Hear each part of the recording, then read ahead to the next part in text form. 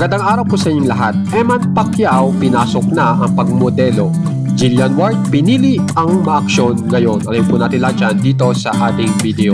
Napakaganda nga pong balita dahil diba si Eman Pacquiao ay isa ng artista sa GMA.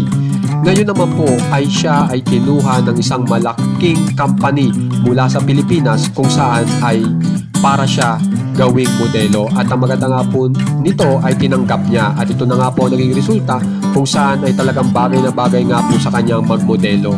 So panoorin po muna natin.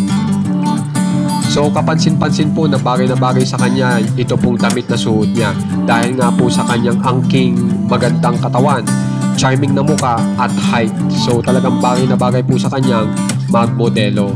At hindi lang po yan, nakuha niya rin po ang pagmomodelo kung saan ay ang isusuot nyo naman po ay mga sportswear. Kaya talagang napakaganda nga po ng naging career ni Eman Pacquiao sa pagmumodelo, at ito nga po yun kung saan ay naka-black naman po siya. Panoorin po muna natin. Yan. So bagay na bagay po talaga sa kanya ang mga sportswear. At dito naman po sa ikatlong video ay ipinapakita niya na siya ay nagtre-training. So ang ibig lang sabihin na talagang siya ay patuloy pa rin po sa kanyang boxing career. At ang maganda nga po dito ay ine-enjoy niya. Pero hindi lang po yan. Yung suot niya pong yan ay yan pa rin po yung mga clothes na mula po doon sa company na pinagmomodelan niya. So napaka ganda nga po ng opportunity ng pagmomodel ni Eman Pacquiao na kahit pa sa training ay nagagamit niya pa rin. So kung mapapansin nyo, si Eman Pacquiao pag nagbibideyo ay talagang masiyahin na bata. Yan.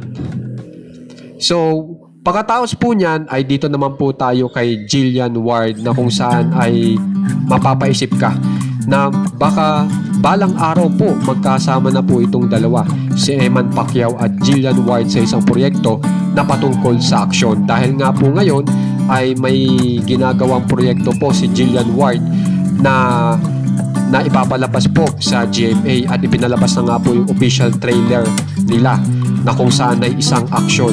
At ang maganda nga po dito ay makikita nyo po dito sa official trailer na ini-upload ni Jillian Ward na talagang siya ay marunong din umakting na kung saan ay siya ay nakikipaglaban.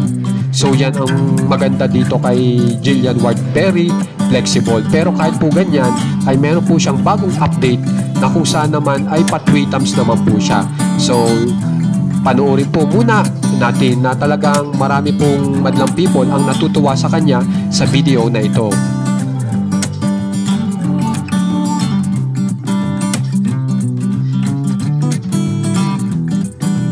Kaya naman, sana nga po mangyari nga po yun na magkasama po si Eman Pacquiao at saka si Jillian Ward.